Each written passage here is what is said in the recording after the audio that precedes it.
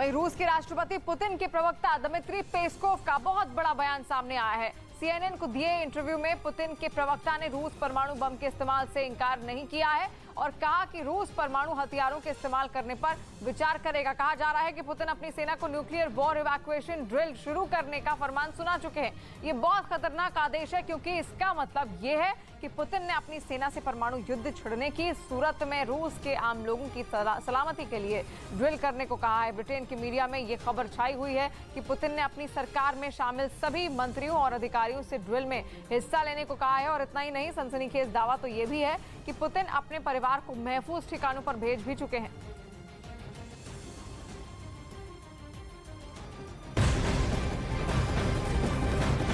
और एक और बड़ी खबर, यूक्रेन की राजधानी कीव पर रूस की सेना का हमला लगातार जारी है। कीव पर रूस ड्रोन के जरिए हमला कर रहा है और कीव विज्ञान संस्थान पर ड्रोन हमला हुआ है।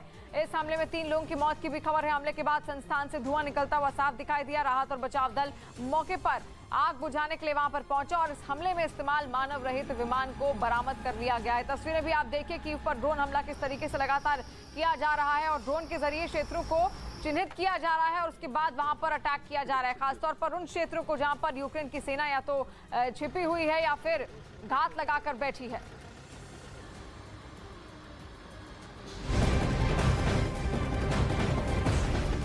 और कीव शहर में भी फायरिंग शुरू हो गई है। रिहायशी इलाकों पर रूस समर्थित लड़ाकों की ओर से रॉकेट दागे जा रहे हैं, फायरिंग की जा रही है और ये बताया जा रहा है कि रूस समर्थित चेचन लड़ाके कीव में जंग लड़ रहे हैं। तस्वीरें भी बाकायदा आप देखिए किस तरीके से लगातार एक के बाद एक गोलाबारी वहां पर की जा रही है और ये रूस के चेचन लड़ाके हैं जो अंदर भीतर तक अब पहुंच गए हैं और ऐसे में स्थितियां अब बद से बदतर होती जा रही हैं। आम नागरिक डरे सहमे हैं।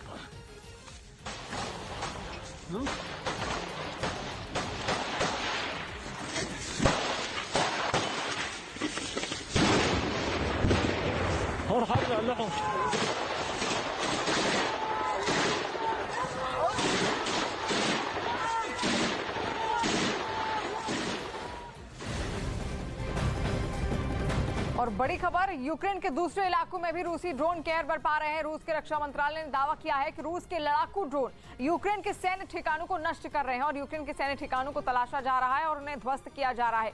ये वीडियो रूस के रक्षा मंत्रालय ने जारी किया है। वीडियो आप देखिए, रूस के रक्षा मंत्रालय द्वारा ये जारी किया गया है और किस तरीके से एरियाज को चिन्हित किया जा रहा है जहां पर उनको धमाके करने हैं और इसी तरीके से ड्रोन का इस्तेमाल अब हमलों के लिए रूस की सेना द्वारा किया जा रहा है। इस बीच रूस ने यूक्रेन पर हमला तेज कर दिया, जिसके लिए 24 घंटे के अंदर उसके हेलीकॉप्टर और लड़ाकू विमानों ने 300 उड़ानें भरी। दावा किया गया कि रूस ने जंगी जहाजों की एक बड़ी टीम को यूक्रेन की राजधानी कीव रवाना कर दिया, जिसका एक वीडियो भी रूस की तरफ से जारी किया गया, जिसमें रूस के जंगी जहाज यूक्रेन पर कहर बरपाने के इरादे से उड़ान भरते दिखाई दिए। घातक मिसाइलों ने उनकी ताकत में और इजाफा कर दिया। दावा किया गया कि यूक्रेन पर हवाई हमला बढ़ाने के लिए रूस के लड़ाकू विमान और हेलीकॉप्टरों ने बीते 24 घंटों में 300 से ज्यादा उड़ानें भरी। एक और वीडियो में रूसी सेना हवा के साथ ही जमीन पर भी खौफ फैलाने की तैयारी में दिखी। रूसी रक्षा मंत्रालय की तरफ से जारी इस वीडियो में कई टैंक, जंगी हेलीकॉप्टर और जवान नजर आए। साथ ही इस वीडियो के आखिर में जेड साइन भी दिखाई दिया, जिसे रूस की घातक सेना की निशानी माना जा रहा है। उधर अमेरिका ने आरोप लगाया कि काला सागर में रूस ने अपनी नौसेना बढ़ा दी। समंदर से लगे यूक्रेन के ओदेसा और मारियोपोल इलाकों में रूसी बमबारी तेज है और इसी वजह से अमेरिका को फिर बोलने का मौका मिल गया। इस पर अमेरिकी रक्षा मंत्रालय के प्रवक्ता सामने आए और उन्होंने आरोप लगाया कि रूस की नजर काला सागर के जरिए जल्द यूक्रेन में कब्जा करने पर टिकी है, इसीलिए रूस की नौसेना ने वहां हमले बढ़ा दिए।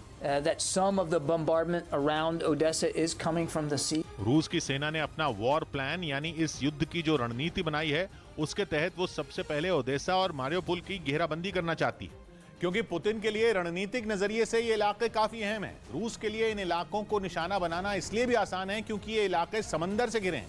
काला सागर की लहरें यूक्रेन से भी टकराती हैं और रूस से भी।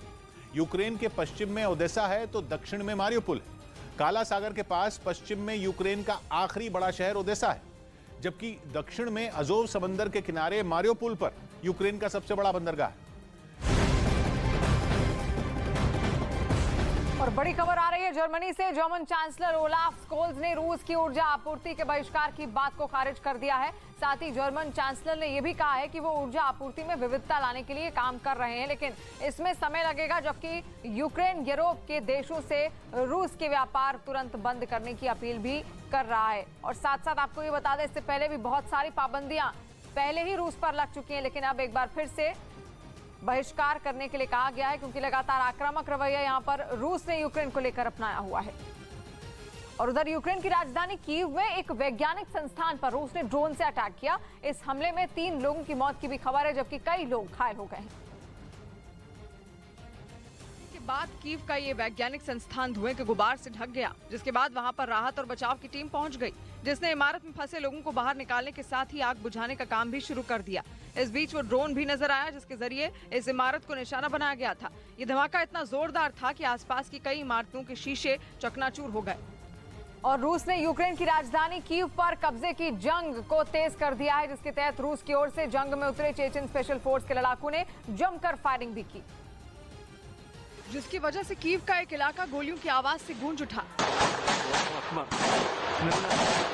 यही नहीं, चेचन स्पेशल फोर्स के लड़ाकों ने हमले के लिए रॉकेट लॉन्चर का भी इस्तेमाल किया।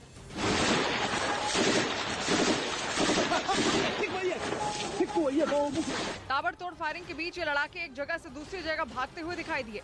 वहीं यूक्रेन की सेना भी उनका डटकर मुकाबला करती नजर आई। और उधर रूस ने ड्रोन हमलों में यूक्रेन के कई सारे सैन्य ठिकानों को भी ध्वस्त कर दिया है, तबाह करने का दावा किया गया है। और रूस के रक्षा मंत्रालय ने इन हमलों से जुड़ा एक वीडियो भी बाकायदा जारी किया, जिसमें दिखा कि यूक्रेन के एक इलाके में ड्रोन से बमों की बरसात की गई। वहां एक साथ कई धमाके हुए, जिसके बाद धुएं का गुबार उठता हुआ दिखाई दिया। और इसी तरह एक दूसरे इलाके में ड्रोन से हमला किया गया। रूस का दावा है कि यूक्रेन के कई सैन्य ठिकाने उसने तबाह कर दिए। इसके साथ ही कई सैनिकों के मारे जाने की भी खबर है। हालांकि ये पता नहीं चल पाया कि ये हमले किस शहर में किए गए।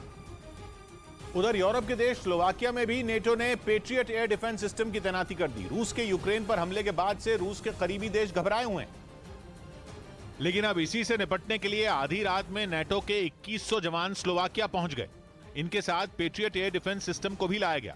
जब इस सिस्टम को लाया गया तो वहां काफी देर तक सायरन की आवाजें गूंजती रहीं। इस एयर डिफेंस सिस्टम को अभी वहां सिलियाच में सेना के बेस पर तैनात किया जाएगा। साथ ही इसकी कमान जर्मनी और हॉलैंड के जवान संभालेंगे। और स्लोवाकिया को इस पेट्रियट एयर डिफेंस सिस्टम का काफी बेसब्री से इंतजार था, क्योंकि इसे दुनिया के शानदार एयर डिफेंस सिस्टम में एक माना जाता है और ये दुश्मन की मिसाइलों और लड़ाकू विमानों को पल भर में मार गिराने की काबिलियत रखता है।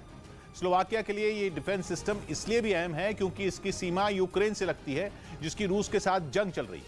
ऐसे में नेटो स्लोवाकिया में कोई खतरा मोल नहीं लेना चाहता, इसलिए उसने अपनी तैयारी अभी से शुरू कर दी। और इस वक्त की बड़ी खबर सामने आ रही है, यूक्रेन युद्ध पर एक और बड़ी खबर